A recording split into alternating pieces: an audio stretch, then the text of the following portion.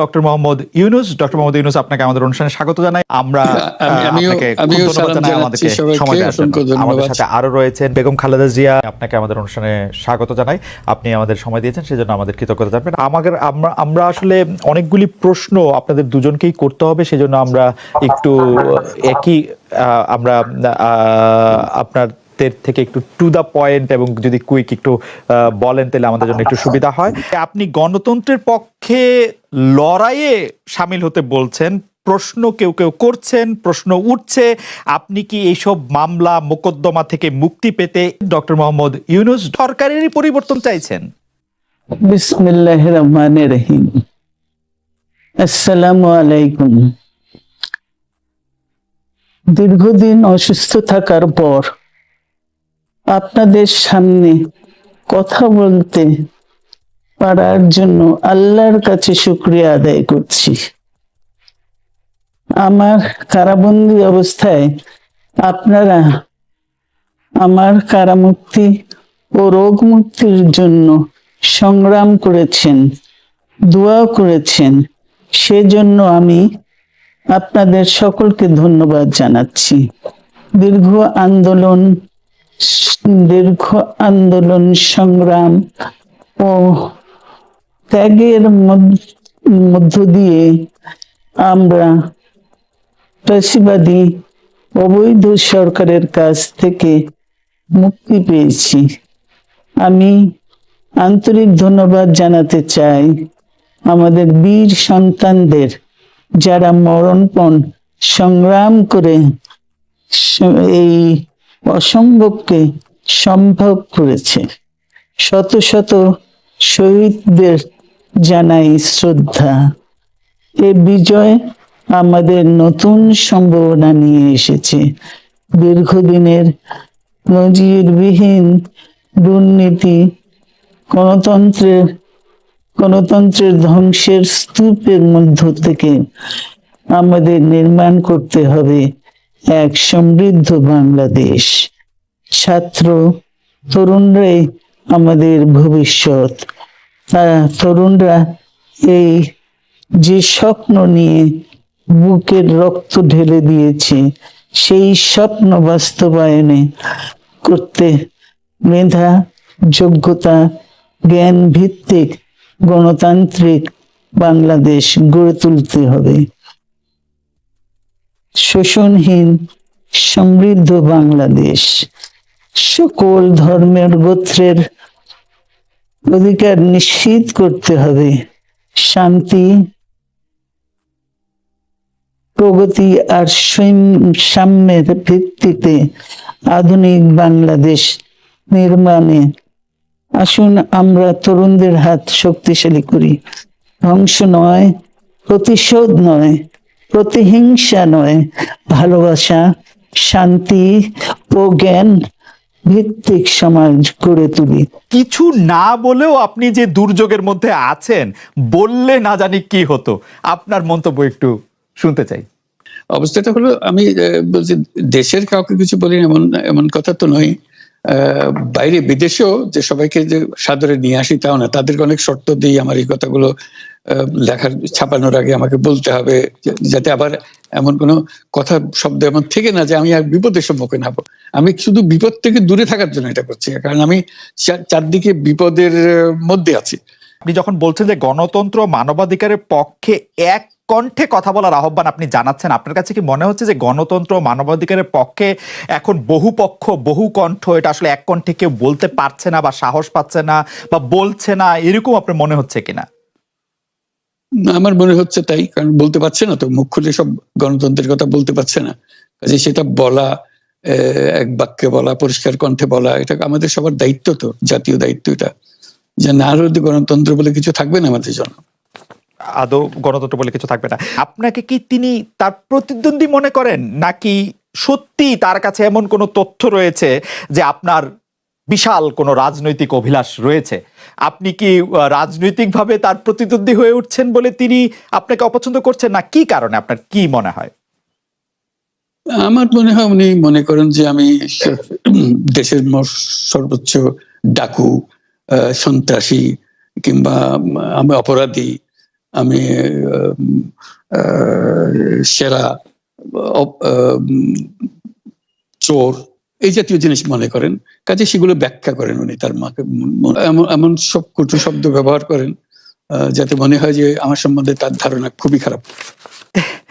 আসলে এটা নিয়ে কথা বলাটা একটু বিব্রতকরই, কিন্তু কেউ কেউ এটা বলে থাকেন যে বিশেষ করে যে 2007 সালে যে 111 সরকার আমরা যাকে বলি, তাদের যে বিরাজনীতিকরণের একটি চেষ্টা, সেই চেষ্টার মধ্যে আপনার অংশগ্রহণ আছে কিনা। যদিও বারবার বলা হয় যে আপনি আসলে সেই ক্ষমতাটা দখল করতে চেয়েছিলেন, অথচ আমরা উল্টা শুনেছি, আপনার মুখেও শুনেছি, যারা ওই সময় কৌশলভ ছিলেন তাদের মুখেও শুনেছি যে আপনাকে আসলে অফার করা হলো, আপনি সেটি ফিরিয়ে দিয়েছিলেন।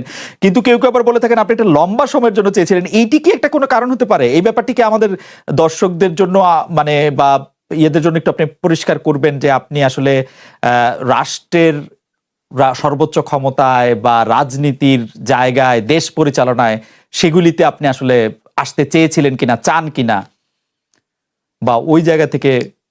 যদি চাইতাম খালেদ, যদি চাইতাম, তখন যখন মিলিটারি আমার বাসায় এসে বসে রইল সারা রাত আমাকে রাজি করানোর জন্য, আমি তো লুফে নিতাম। রাজি করানোর জন্য বসে থাকতে হবে কেন? আমি যদি ক্ষমতাই চাইতাম বলে আর চলেন চলেন, কি করতে, কি কোন জামাটা পড়তে হবে দেখিয়ে দেন, এখনই যাচ্ছি। আমি তো সেটা করিনি, তাদের সঙ্গে তর্ক করেছি, সারা রাত ধরে তর্ক করেছে যে না ভাই আমাকে দিয়েন না, আমি এই কাজের উপযুক্ত না, আপনারা অন্য লক্ষ্য যান। তারা আমার উপরে মন ঠিক করে ফেলেছে আমাকে নিতে হবে। আমি বারে বারে বলতেছি তাদেরকে, তারা নিরাশ হয়ে ফিরে গেল, বললো যে সকালবেলায় আবার আসবো, সকালবেলায় আসলে তখন আপনি আমাদেরকে বলেন যে রাজি আছেন। ঠিক আছে, তা না হলে তো আমি সঙ্গে সঙ্গেই রাজি হয়ে যেতাম। কে ছাড়ে যাও আপনাকে? দেশের পুরো সরকারের প্রধান হবার জন্য আহ্বান জানাচ্ছে, বাংলাদেশে এরকম কয়জন মানুষ আছে বলবো যে না আমি এই দায়িত্ব গ্রহণ করব না? আমি তো করলাম সেটা। এখন আমার নামে বলা হচ্ছে 10 বছর চেয়ে, আমি বছর দিয়ে প্রশ্নই উঠে না। তারপরে এরপরে তো কয় বছর কয় কাণ্ড, আমি 10 বছর দিয়ে কি করবোটা কি? আমি 10 বছর দিয়ে, আমি তো বলছি আমি এই কাজের জন্য নই। দেশে আমার দেশ পরিচালনা করা আমার দায়িত্ব না, আমার কাজ না, আমি জানি না এটা কিভাবে করতে হয়, আমি যেটা জানি সেটা করি। আপনার হাত দিয়ে যখন গ্রামীণ টেলিকমের প্রতিষ্ঠা হয়, তখন এর আয় থেকে আপনি গ্রামীণ ব্যাংকের সদস্যদের জন্য ব্যয় করার কথা বলেছিলেন বা ভেবেছিলেন। আপনি গ্রামীণ ব্যাংক থেকে চলে আসার সময় বা ওই আগে পরে আমরা দেখেছি যে সে আর্টিকেল অফ অ্যাসোসিয়েশনটা আসলে ওই একই রকম নাই, বদলানো হয়েছে। তো গ্রামীণ ব্যাংকের বা গ্রামীণ টেলিকমের এই বেনিফিশিয়ারি থেকে গ্রামীণ ব্যাংকের সদস্যদের আসলে বাদ কেন দেওয়া হয়েছে? মানে এইটার পিছনে কারণ কি? এখন গ্রামীণ টেলিকমের যে লভ্যাংশ তা কোন খাতে আসলে ব্যয় করা হয়, বা মানে যে আয়টা, মুনাফা, সেটি আসলে কিভাবে ব্যয় করা হয়? গ্রামীণ টেলিকম একটা স্বতন্ত্র প্রতিষ্ঠান। এটা কোম্পানিজ আইনের 28 সেকশন 28 দ্বারা সৃষ্ট। তার অর্থ হলো যে এটাকে আইনের ভাষায় বলে non dividend company, guaranteed by limited by guarantee. কাজেই এটার কোনো মালিক নাই। কাজেই মালিক যেহেতু নাই, এটা তার নিজের নিয়মে যারা গ্যারান্টি দিয়েছে, যারা গ্যারান্টির পরিমাণও খুব সীমিত, লিমিটেড বাই গ্যারান্টি, এটা 1000 টাকা। মানে যদি যত তোলপার হয়েও যায় কোম্পানিতে, বহু পাওনা থেকেও যায় লোকজনের, যারা এটার পরিচালনা পরিষদে আছে তাদের দায়িত্ব হবে 1000 টাকা পর্যন্ত, এর দায়ী থাকবে 1000 টাকা পর্যন্ত, এর বেশি তার দায়িত্ব থাকবে না। কাজে এত সহজ সরল একটা জিনিস। তো সেটাই হলো গ্রামীণ টেলিকম। গ্রামীণ টেলিকম তখন একবার বলেছিল যে তাদেরকে কিছু কিছু সহায়তা দেবে এটা উপায় অর্জনের কাছ থেকে। এটা তাদের নিজস্ব সিদ্ধান্ত, এটা কারো চাপারও সিদ্ধান্ত না। যে সিদ্ধান্ত, সেই সিদ্ধান্ত অনুসারে সেই সমস্ত যে পরিমাণ টাকা তারা বলেছিল দেবে, এখানে দিয়ে যাচ্ছে। এই পর্যন্ত 500 কোটি টাকার উপরে দেওয়া হয়েছে এই সাহায্য সহায়তা থেকে।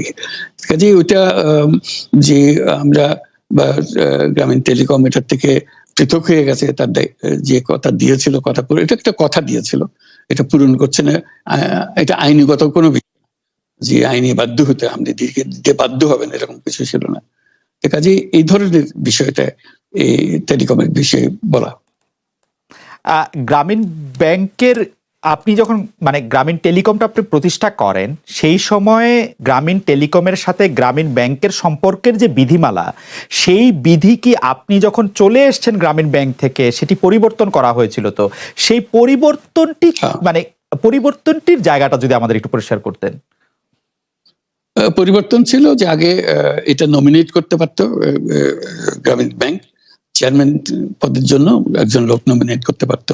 আমরা যেহেতু গ্রামীণ ব্যাংক থেকে আমাদেরকে সরিয়ে দেওয়া হয়েছে, তখন আমরা মনে করলাম যে এটা রাখার আর দরকার নাই। গ্রামীণ টেলিকম থেকে সেই পদটা আমরা পরিষ্কার করে দিয়েছি, যখন এটা আর দরকার নাই। এইটুকুই পরিবর্তন হয়েছে। এটা ন্যায়সঙ্গতভাবে পরিবর্তন করার ধারা অনুযায়ী যা যা করতে হয় সেটা করা হয়েছে। এতে তার ইচ্ছা বা তার কর্তব্য, তার করণীয় যে অবজেক্টিভস আছে, কোথাও পরিবর্তন হয় নাই। এই ক্ষেত্রে আমাদের এই বিষয়ে আর কি এইটাই আমাদের আরেকটা প্রশ্ন, সেটা হচ্ছে যে গ্রামীণ টেলিকম কি গ্রামীণ ফোন থেকে প্রায় 37% লভ্যাংশ পায়, যে এবং যদি পায় 34% লভ্যাংশ পায়, সেই 34% লভ্যাংশের যে টাকাটা, সেই টাকাটা কোথায় বা কি উদ্দেশ্যে ব্যয় করা হয়? সেই সামাজিক ব্যবসায়, যেটি আসলে আপনার পেটেন্ট করা সোশ্যাল বিজনেস, সেটির কাঠামোটা আসলে কি বা সেটি কিভাবে আপনি করেন? সামাজিক ব্যবসা হলো এমন একটা নতুন ধরনের ব্যবসার চিন্তা, যেটা আমরা প্রমোট করছি, আমরা নিজেরা প্র্যাকটিস করছি। যেটা ব্যবসা মানে হলো মুনাফা করা, ব্যক্তিগত মুনাফা করা, এবং তার লক্ষ্য হলো সর্বোচ্চ মুনাফা করা। এটি হলো ইকোনমিক্স এর নিয়ম, যে সর্বোচ্চ মুনাফা যদি করি সবকিছু ঠিকঠাক মতো চলবে। আমরা বললাম যে এটা ভুল জিনিস, যে সর্বোচ্চ মুনাফার মধ্যে দিয়ে মানুষকে এক রকমের নেশাগ্রস্ত করেছে। এই মুনাফার নেশার মধ্যে তাকে ঢুকিয়ে দেওয়া হয়েছে। এই মানুষকে এই মুনাফার নেশাগ্রস্ত মানুষ হিসেবে এটা আমরা কল্পনা করতে পারি না। আমরা বলছি যে এটা মুনাফা সে করবে, সর্বোচ্চ মুনাফা করবে, কিন্তু অন্য ধরনের ব্যবসা আছে। ব্যবসা এখন শুধু এক প্রকারের ব্যবসা আছে, যে ব্যবসাতে শুধু মুনাফা সর্বোচ্চ করেন, এটাই হলো নির্দিষ্ট নিয়ম। আমরা বলছি আরেক রকমের ব্যবসা, যেটা হলো মানুষের সমস্যার সমাধান করা, মুনাফার জন্য কোনো রকমের ইচ্ছা তার না থাকা, মুনাফা বিহীন ভাবে, কোনো মুনাফা, ব্যক্তিগত মুনাফা না নিয়ে শুধু সমস্যার সমাধানের জন্য ব্যবসা করা, এটাকে আমরা বলছি সামাজিক ব্যবসা। এই অর্থ দিয়ে আমরা সামাজিক ব্যবসাগুলো প্রতিষ্ঠা করছি, একটার পর একটা সামাজিক ব্যবসা প্রতিষ্ঠা করছি, যে কারণে আমরা এটার মধ্যে শরিক হয়েছিলাম। যে আমরা পুরো গ্রামীণ ফোনকে সামাজিক ব্যবসা করার চেষ্টা করেছিলাম, সেটা টেলিনরকে আমরা রাজি করাতে পারিনি।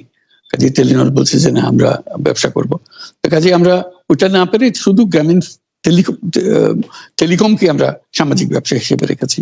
এর থেকে যে মুনাফা হয়, মুনাফার সমস্ত টাকা বিভিন্ন সামাজিক ব্যবসা সৃষ্টির কাজে ব্যবহৃত, এখনো তাই হচ্ছে।